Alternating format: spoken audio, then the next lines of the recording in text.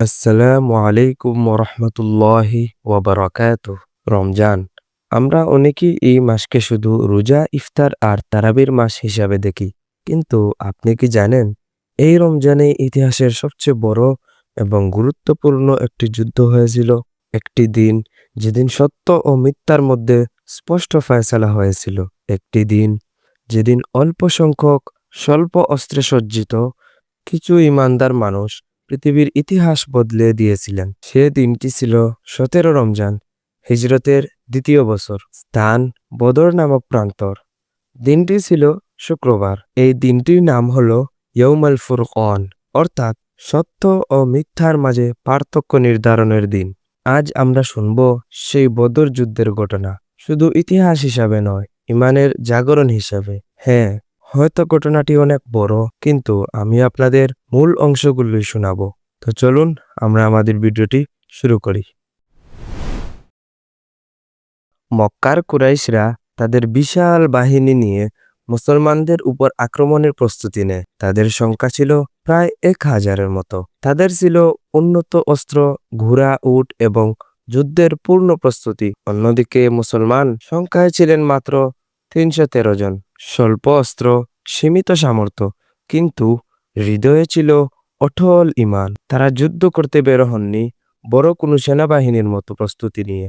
রমজানের রোজার অবস্থায় তপ্ত মরুভূমির বালুতে দাঁড়িয়ে তারা প্রস্তুত হলেন ইতিহাস রচনার জন্য। 17 রমজান শুক্রবার, বদরের প্রান্তর।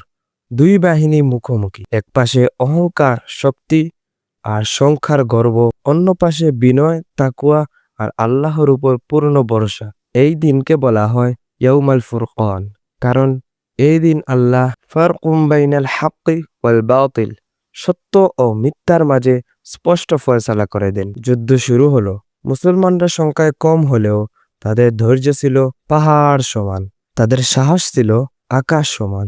এই যুদ্ধে নিহত হয় কুরাইশদের প্রধান নেতা আবু জাহেল, যাকে বলা হয় ফিরআউনুল উম্মাহ, অর্থাৎ এই উম্মাহর ফেরাউন।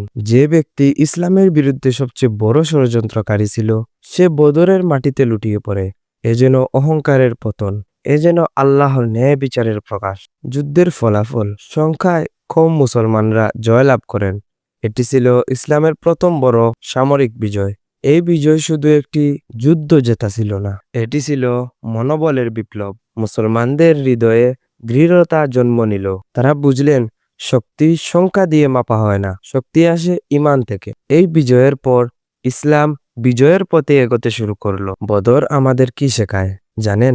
রমজান দুর্বলতার মাস নয়, এটি শক্তির মাস, এটি জিহাদের মাস। নিজের নফসের বিরুদ্ধে, অন্যায়ের বিরুদ্ধে ঈমান ও আল্লাহর উপর ভরসা বড় শক্তির সামনে ছোট বাহিনীকেও বিজয়ী করতে পারে। কঠিন সময়ে ধৈর্য ও তাকওয়া আল্লাহর সাহায্যকে নেমে আসতে বাধ্য করে। আজ আমরা হয়তো বদরের ময়দানে নেই, কিন্তু আমাদেরও যুদ্ধ আছে, গুনাহের বিরুদ্ধে, অবহেলার বিরুদ্ধে, নফসের বিরুদ্ধে। প্রশ্ন হলো, আমরা কি বদরের সাহাবীদের মতো দৃঢ়? রমজানের 17 তারিখ, বদরের সেই দিনটি শুধু একটি ঐতিহাসিক ঘটনা নয়, এটি একটি বার্তা। যদি আল্লাহর উপর ভরসা পূর্ণ থাকে, তবে অসম্ভব সম্ভব হয়ে যায়। এই রমজান আমরা বদরকে স্মরণ করি, শুধু গল্প হিসাবে নয়, নিজেদের বদলানো ও অনুপ্রেরণা হিসাবে।